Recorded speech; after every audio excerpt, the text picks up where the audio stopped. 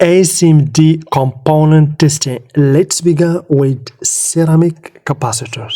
So to test the ceramic capacitors, we can use the Farad mode or the continuity mode. But because the ceramic capacitors didn't hold the value above it, and to avoid wasting time looking for schematics, the best way to test it is by using the continuity mode.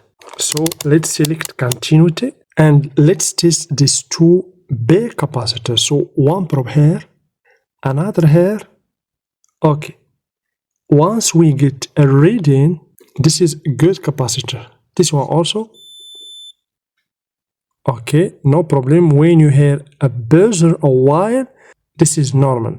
Once you didn't get a beep like this, means the capacitors are good. So let's move on to these three MOSFETs. Of course, for MOSFETs we have gate, drain, and source. Gate, drain, and source. So one probe here in the drain, another in the source. No reading, but if I swap the probes, I should get a reading. As you can see, good MOSFET. This one also here. Okay, if I swap the probes, I should get no reading or drop voltage. This is good. This one here, a drop voltage here, no drop voltage. Good MOSFETs. What about this component? Is this a diode or a capacitor or what? This is tantalum capacitor. Here we have plus, as you can see. This is a polarized capacitor. Tantalum capacitor used to protect the circuit, while the electrolytic capacitors are here to smooth the current. So please, to test the tantalum capacitor, we have to respect the polarity. Here we have positive, we have to put the red probe here, the black probe here, we get a reading. After that we get 1, means this is a good tantalum capacitor. This one also here, as you can see, we have plus here, one probe here, another here. Do you see?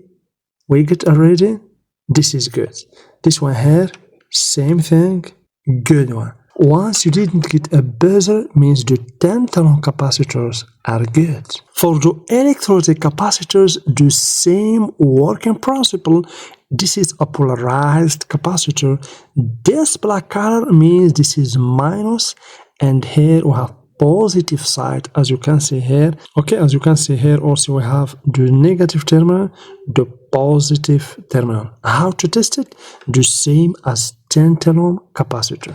Of course, you have to respect the polarity here. Negative terminal, you have to put the negative probe here. Positive terminal, the positive probe here. We get a reading. This is a good capacitor. Okay, after that we get 1 minute. This is normal. The only state when the capacitor is bad when you get a short or a beep.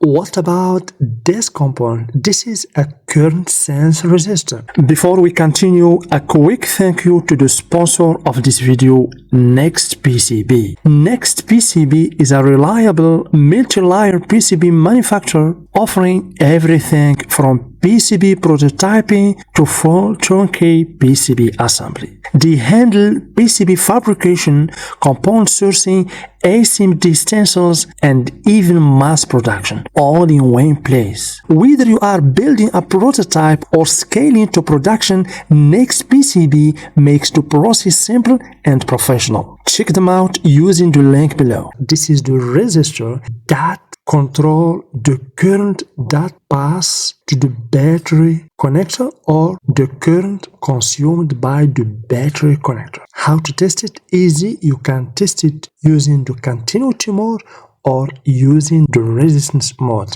Of course, we're gonna use the resistance modes and we have to find about 2 ohm. Let's select here the resistance. Let's select here 200. So let's check this current sense resistor. We have to find about 2 ohm, 3 ohm.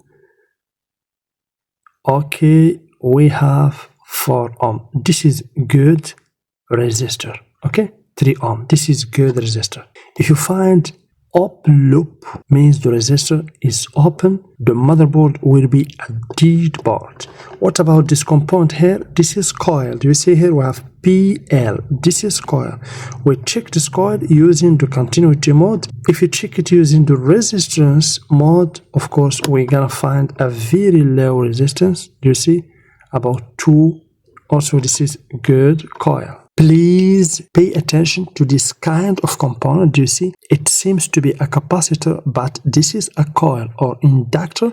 We have here L means this is inductor. Here also, if you pay attention, you see those are ceramic capacitors, but this one, it's not a ceramic capacitor. This is coil. We have L. Here also we have L. Here we have capacitor. So pay attention, especially for beginners. Over here also we have L, coil, capacitor, capacitor. To prove, I'll prove to you.